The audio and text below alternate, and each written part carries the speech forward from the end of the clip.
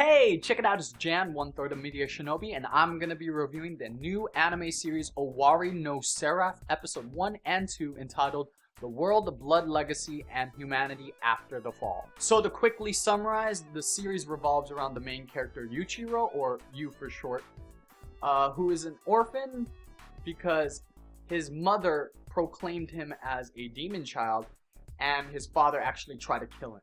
So because of that, he was removed from that household and then placed in an orphanage. After some time has passed, this is pretty much when everyone started dropping like flies. It hasn't even been 5 minutes into the damn episode and we already been thrust into the apocalypse. Apparently, humanity has died off due to a virus, and this is where the vampires was able to waltz in and take custody of all the children because the virus killed off everyone on the planet over the age of 13 for some odd reason. We find out that they're not really taking them into protective custody, and it's just them gathering livestock to have a sustainable source of food. And then after some more time has passed, the children of the orphanage, led by Yuichiro and fellow character Mika, they tried to escape, but it was all for naught because the vampires knew ahead of time that they were planning to escape, and they only allowed this to happen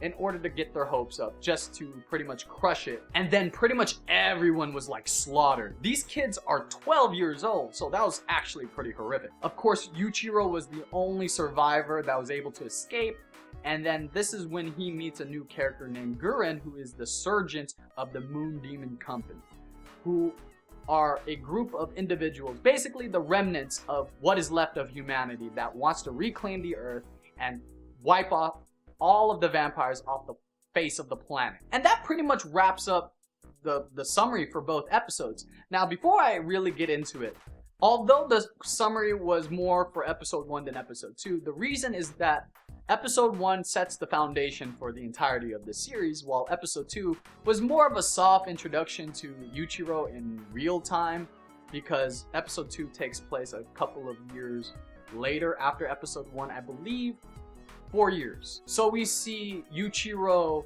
in a school setting. We also see him slowly build his circle of friends and comrades.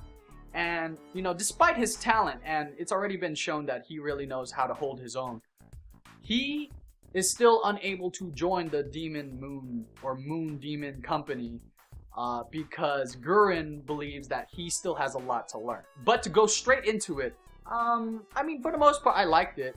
I mean, I have a couple of issues with the series already, and it's only been 2 episodes so far. In terms of predictions, I think it's pointless to predict anything because not even halfway into episode 1, I already knew the children were gonna die. I knew Mika was specifically gonna die as well, and I already predicted ahead of time that he's gonna be alive somehow, some way, probably either as a vampire, a hybrid, or a human somehow. By episode 2, when I watched the intro, because I didn't get a chance to watch the intro during episode 1, Mika was already in the intro as the same age as Yuichiro in real time. So I was like, okay, so he is alive. I don't know if this was like intentional or not, because if it wasn't and it was a slip up, I think that was very careless because they spoiled a future plot twist. I mean, granted, I already knew it was coming, and I'm pretty sure plenty of other people who have watched this anime so far have made the same prediction. But it's kind of the integrity of it that was definitely bugging me. So that's that.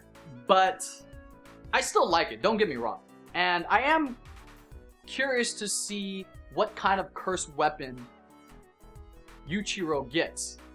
And just the concept of cursed weapons to begin with, because, you know, is it like weapons that are modern that have been created specifically to combat the vampires, or were they more of ancient weapons that they just so happen to stumble upon that just so happens to be able to do damage to the vampires? So I'm definitely curious on that. There's also the prophecy that Guren was talking about during both episodes, that, you know, an escapee will be able to save humanity and restore balance to the world. I don't know, something like that, but they kind of just brushed it aside, so I'm like, oh, okay, they'll just probably explain it in the next couple of episodes. In terms of the characters themselves, more specifically Yuichiro, I don't really have an opinion on him right now. It's only the first 2 episodes, so I'll wait until a couple of more episodes have passed, and then I will formulate an opinion. But if I had to say something, I mean, so far he's acting how I expect that type of character to act in this type of series, so you could take that as a good or a bad thing, but so far I'm very indifferent right now. And that pretty much wraps up my thoughts on the matter. I thought these 2 episodes, like I said, were pretty solid. Definitely look forward to the next couple of episodes, see where this goes. So if you guys like it, like it. If you guys dislike it, it's completely cool. No hard feelings. Comment down in the comment section down below. I would love to hear what you guys are thinking about as of right now. And we're also open to constructive criticism as well. Consider subscribing. We try to pump out this kind of content as much as we can. Check us out on other social media sites such as Facebook, Tumblr, Google+, if anyone ever really uses it. We try to keep those as updated as we possibly can. And other than that, this pretty much wraps up this review. This is Jan, 1/3 of MediaShinobi, signing out. I'll see you in the next one.